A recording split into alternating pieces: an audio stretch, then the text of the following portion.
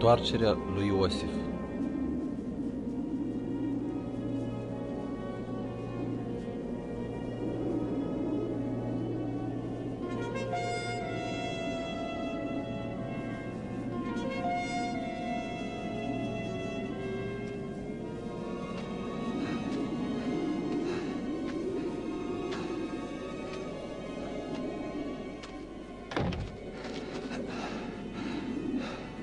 Ruben?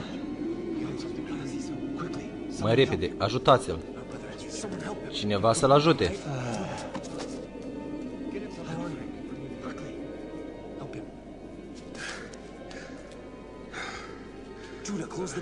Închideți ușa!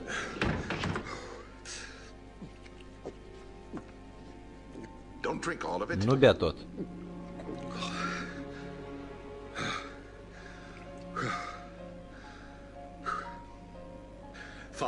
Tatăl spune corect.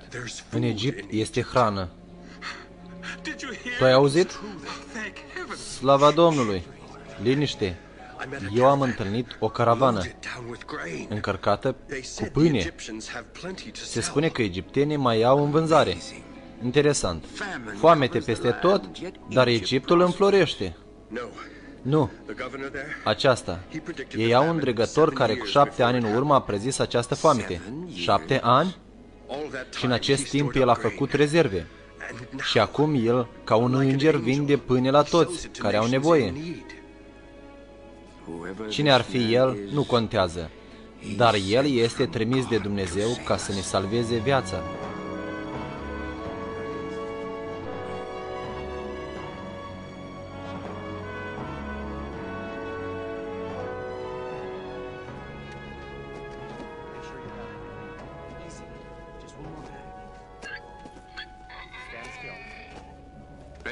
Beniamin, ia rezerva mea de apă la tine. Beniamin rămâne acasă. Ce? El rămâne acasă? De ce? De ce l-a lins așa de mult? Beniamin rămâne.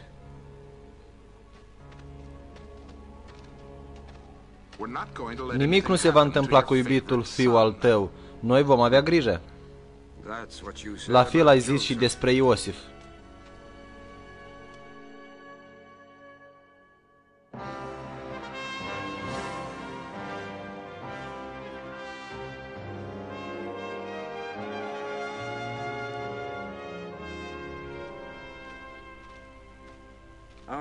Poporul nostru moare de foame. Noi vom plăti orice preț pentru pâine.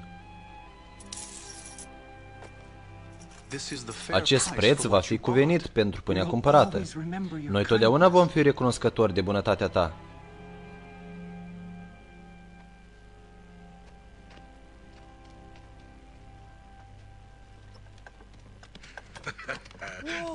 Așa mie îmi place. În timp ce alte popoare abia există, Egiptul rămâne de neruinat ca o stâncă. S-a făcut momentul ca să te întreb ceva. Faraon,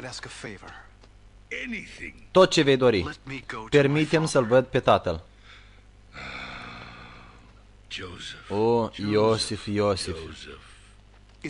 Au trecut deja 21 de ani și el mai crede că eu sunt încă mort.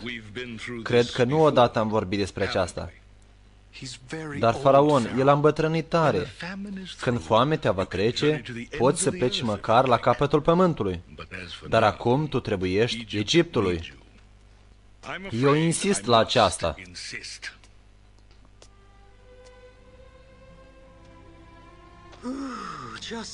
Este ultima delegație, Iosif, și pe astăzi gata. Cât au nevoie? Cât îi vom da? De unde sunt? Din Canaan. Nu poate fi.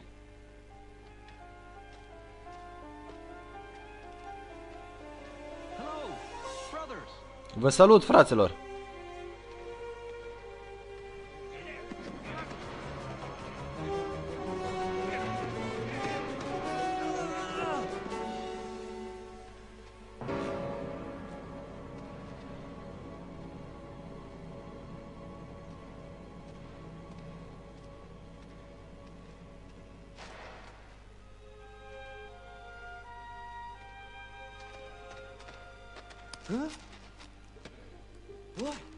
Ce este? Ce este? Aceștia sunt frații mei.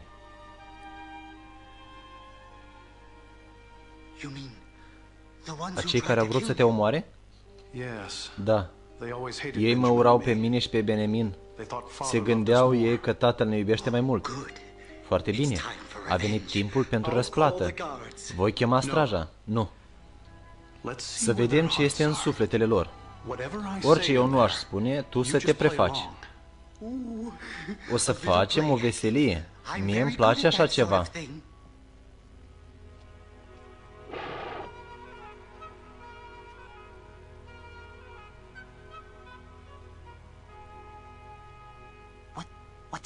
Ce face el? Deci, voi ați venit după pâine.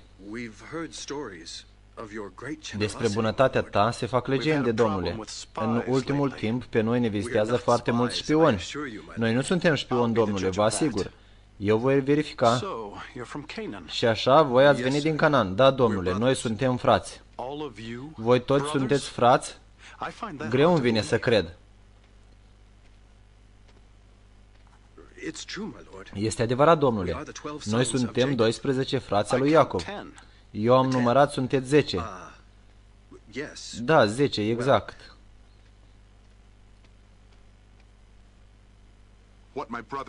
Fratele meu vrea să spună că cândva eram 12, dar unul a rămas acasă cu tatăl. Deci toți sunteți în viață. Domnule? Nimic. Dar celălalt frate? Tu? Eu? Ce s-a întâmplat cu al doilea frate? Repede. Noi l-am vândut. Pe el l-a omorât. Este mort. Garda! La închisoare cu ei. Noi nu suntem spioni, domnule. Noi cu nimic nu suntem vinoveți. Deci oricum, vrei să te răzbuni? Ce vom face? Îi vom pedepsi? Îi vom bate? Nu. Eu îi voi pune la încercare. Îi voi sili să-l aducă pe Benemin. Dar tu să continui să te prefaci, dar să ai grijă de ei. Toți ei sunt deținuți sau oaspeți? Ei sunt oaspeți în închisoarea noastră.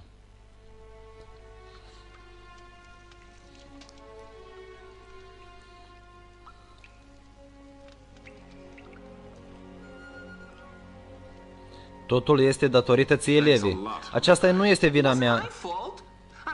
Eu am stat deoparte și când deodată aud tu, în astfel de situații, tu ești curajos, cu adevărat. Aceasta nu e vina lui. Aceasta este plata la ce am făcut noi cu Iosif. Tu ai poruncit să-l aruncăm într-o groapă. Eu am vrut să-l salvez. Și când m-am întors, voi ați dovedit să-l vindeți în robie. Și tu ai vrut să scapi de el, așa cum am vrut noi toți. Noi am făcut un păcat grozav.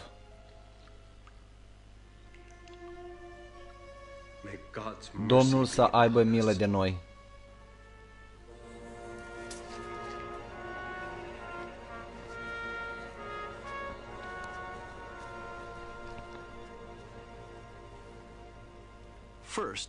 Vom măsura fraților mei grâul ca să fim convinși că totul este gata. După aceea îi vom elibera. Tu vrei să le dăm lor de 2 ori mai mult grâu? Corect. Iosif, tu nu știi să te răzbuni. Aceștia sunt banii lor.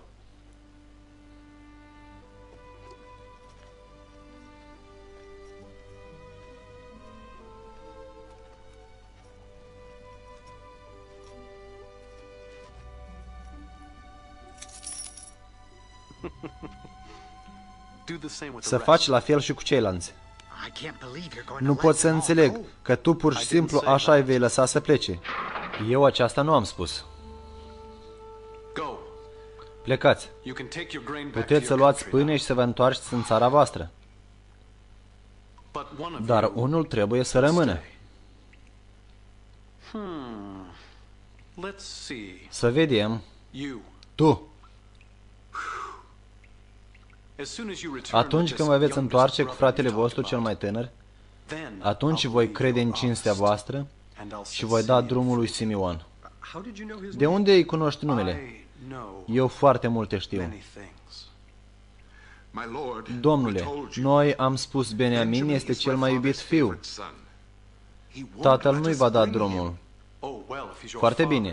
Dacă el este iubitul tatălui, voi veți avea grijă de el într-un mod deosebit. Așa este?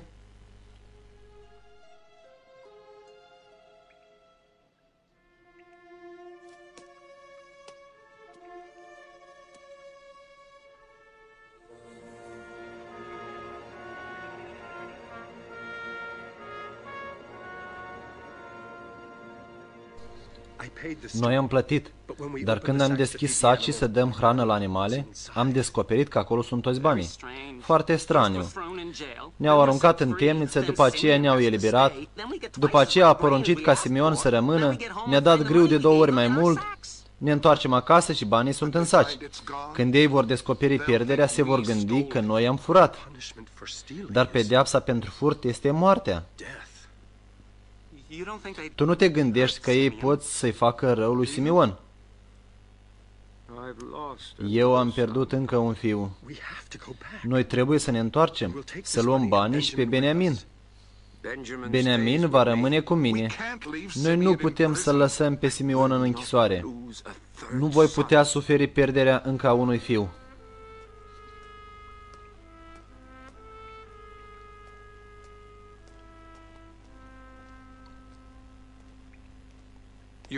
Frații tăi de mult trebuia să se întoarcă. Noi deja am vorbit că tatăl cu niciun chip nu va permite ca să vină Beniamin. Deci acest Beniamin este ceva deosebit, da? Tatăl l-a iubit pe el și pe Iosif mai mult decât pe ceilalți. Când tatăl a auzit despre moartea lui Iosif, aceasta a fost cea mai mare pierdere din viața lui. Mai nu a murit de scârbă. Bine că el a supraviețuit. Sunt motive pentru viață.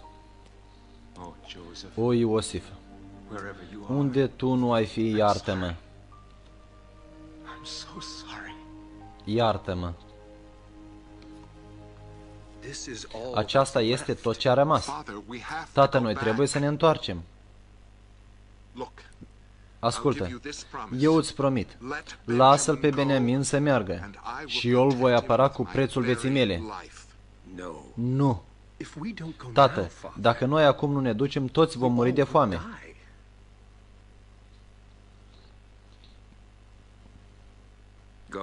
Atunci mergeți. Dacă Domnul s-a întors de la mine, atunci așa trebuie să se întâmple.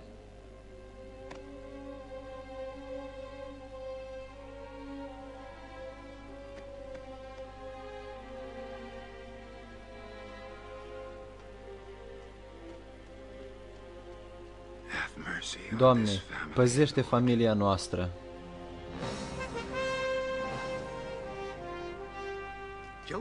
Iosif, Iosif, scrisoare din pustie. Vin călătorii din Canaan. Câți sunt? 10. Ei l-au luat și pe Beniamin. Mai repede, pregătește un ospăț mare și pe ei adu-i la palat. Ce se întâmplă? Foarte corect. Ei s-au gândit că noi am furat banii. Lasă-ne omoare cum o fi, numai nu prin spânzurătoare. Ei nu ne duc la palat ca să ne spânzure. Poate vor face de noi robi. De mult nu ne-am văzut. Noi nu am furat banii. Care bani? Banii din saci noi am adus, ba chiar mai mulți. Aceștia? Nu ne dați în robie. Incredibil. Dregătorul a pregătit pentru voi ceva deosebit. Privind la ce se întâmplă, cu adevărat ne invită la o masă împărătească.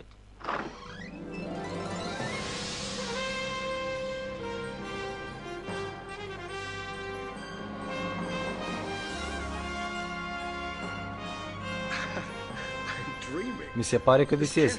Aceasta nu poate fi.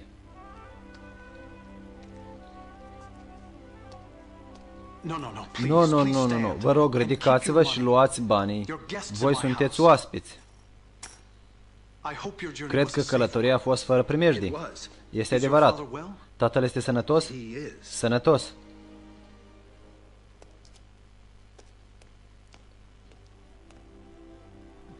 Domnule, acesta este Beniamin. Da, eu am înțeles. Să fie cu tine mila lui Dumnezeu, Beniamin.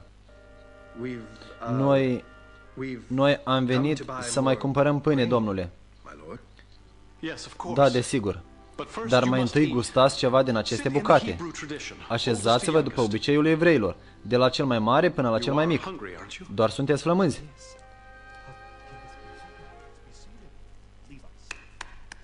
Serviți-l mai întâi pe Beniamin. Puneți-i mai mult. Dacă el este cel mai iubit în casa părintească, atunci să fie așa și în casa mea.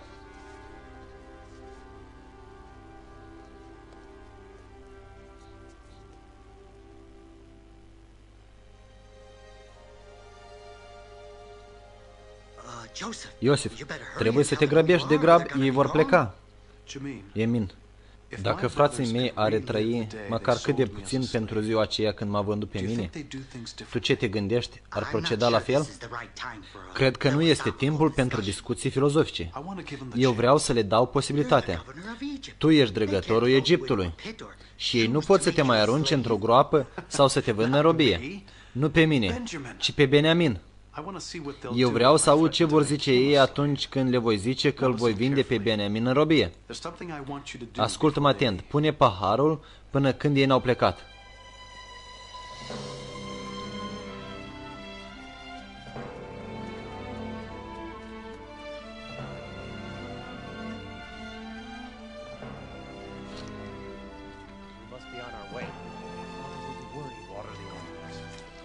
E timpul să ieșim. În față este un drum lung. Plecăm acum. Ce? Iată-i. Toți pe loc. Oh, nu. Așa voi mulțumiți dregătorului după ce el s-a purtat atât de bine cu voi? Iar s-a început. Din casa stăpânului a dispărut paharul de argint. Și noi știm că unul din voi l-a luat. Eu am știut că așa se va termina. Ce ziceți? Noi nu am luat nimic. Să controlăm sacii și dacă paharul va fi găsit, stăpânul sacului să moară și restul vom fi robii voștri. De acord?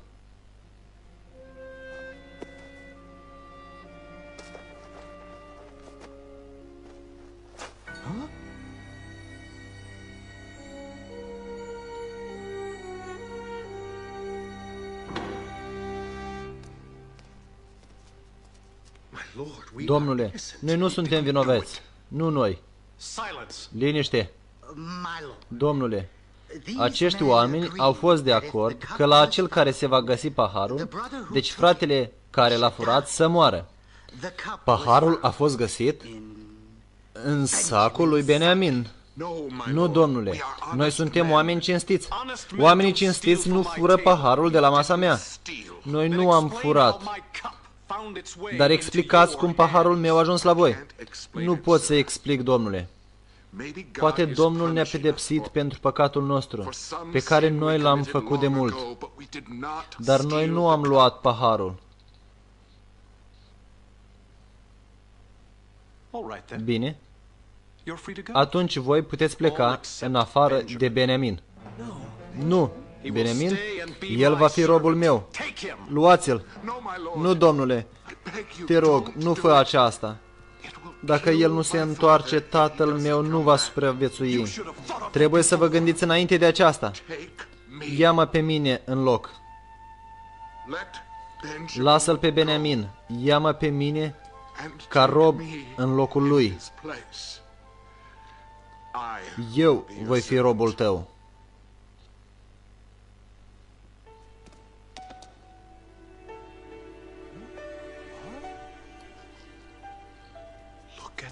Privește la mine. Eu sunt Iosif.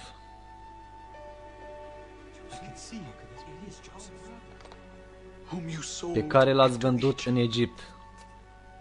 Iosif? Acesta este Iosif?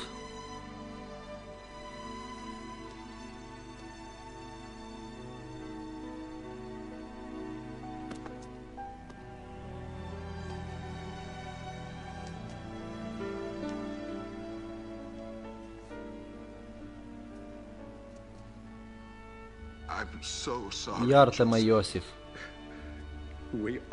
Pe noi toți iartă-ne. Nu este nevoie. Eu și așa văd bine. Domnul m-a trimis în Egipt ca toți să fim salvați de foame. Să mergem. Eu vă voi arăta ce a făcut Domnul pentru mine.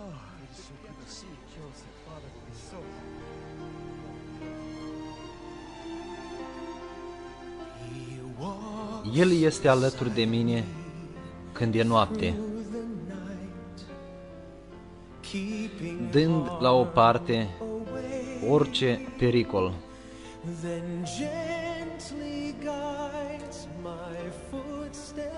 Blând îmi arată drumul spre casă, într-un mod minunat. El este cu mine prin orice încercare. Mă înalță în timpul rugăciunii. El mă salvează într-un mod minunat.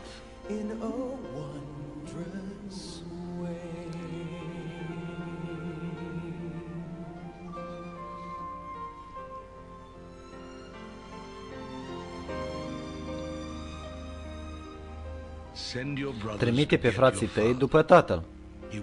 El va trăi aici în pace și în belșug.